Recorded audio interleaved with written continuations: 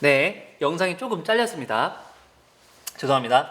자, 그러면 다시 돌아와서 수업 계획은 교사가 하는 역할의 심장부다. 그러니까 수업 계획을 우리가 수업 디자인으로 본다면 우리가 수업을 구성함에 있어서 우리 학생들이 우리 수업 안에서 조금 더 다양한 선택을 할 수 있도록 우리가 수업을 만든다면 A, B, C라는 학생의 수준도 다르고 특징도 다르고 학습하는 방식도 다른데 그 A, B, C 아이들의 어떤 차별이 아니죠. 차이를 우리가 알아주지 못하고 그냥 천편일적인 방법으로 암기나 주지주의식 교육 방법이 옳지 않음을 계속 이야기를 하고 있고, 이렇게 우리가 아이들을 위해서 만들어가는 수업의 모습은 결국 우리의 전문성을 키우는 것인데, 그런 것들을 통해서 아이들이 만족하고 아이들의 행복한 배움의 모습을 본다면 그것이 결국 또 교사의 자신감과 교사의 권위를 회복하는, 그러니까 우리가 아이를 생각하고 준비한 수업을 통해서 결국은 교사가 성장하고 교사가 만족한다라고 하는 그 이야기를 계속 하고 있습니다. 요즘에 그 AI라고 하는 인공지능에 의해서 학생별로 맞춤형 수업이 계속 제공된다라고 하는 것이 이제 많이 강조가 되고 있는데, 저는 사실 우리 교사들이 이미 그런 것들을 더 잘한다고 생각합니다. AI 인공지능이 아무리 그런 학습 컨텐츠를 잘 제공해 줄 수는 있지만 실질적으로 학생과 인간 대 인간으로서 교류는 교사가 더 뛰어나죠. 사람과 사람 간의 관계이기 때문에. 자, 아무튼 이제 여담은 돌아와서, 자, 이제 마지막 장입니다. 그러면 이제 이 2장 민주주의와 교육에서 이 모든 이 챕터를 통해서 가장 한 문장을 뽑아낸다면 저는 바로 이 문장이었습니다. 민주주의 사회에서 학교 교육의 기본적 목적은 숙고할 수 있고 현명한 선택을 할 수 있는 사려 깊은 시민을 기르는 것이다. 자, 이 문장을 한 번 더 읽어보겠습니다.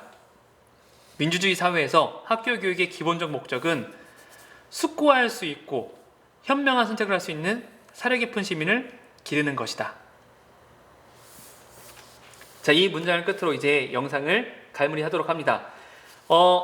이 장의 전반적인 내용들의 사실 번역과 또 이제 여러 학자들의 내용들이 함축적으로 정리가 되어 있기 때문에 읽는데 사실 좀 어려움도 있고, 잠깐 딴 생각하면 내용의 흐름을 놓칠 수 있었습니다. 근데 그래서 일부러 더 집중해서 여러 번 읽어봤는데 결국 저는 이 문장으로 모든 것들이 회귀가 되더라고요. 여기는 이 문장을 하기 위해서 넬 라딩스는 여러 가지 이야기들과 여러 가지 인용들을 할 수밖에 없었을 것이고요.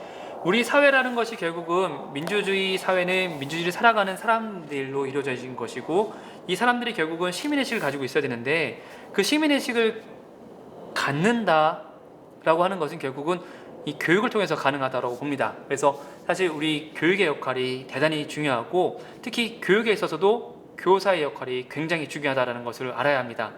왜냐하면 계속 경계하고 있지만 우리가 가르치는 행위 속에 이 담는 것들은 사실 어떻게 보면은 교육부나 교육청에서 내려오는 어떤 지침이나 어떤 법에 의한 법령들, 그런 것들에 의해서 우리가 사실 제한되어서 아이들한테 가르치기 때문에 자칫 잘못하다가는 우리가 사유하거나 생각하지 않고 교육과정을 전달하는 행위를 통해서 사실 잘못된 이념이나 잘못된 가치, 기득권들, 어떻게 보면은 권력을 갖고 있는 집단들의 이 잘못된 생각들을 그대로 전달할 수가 있습니다. 그런 것들을 우리가 경계하지 않으면 민주주의 사회를 유지할 수가 없습니다.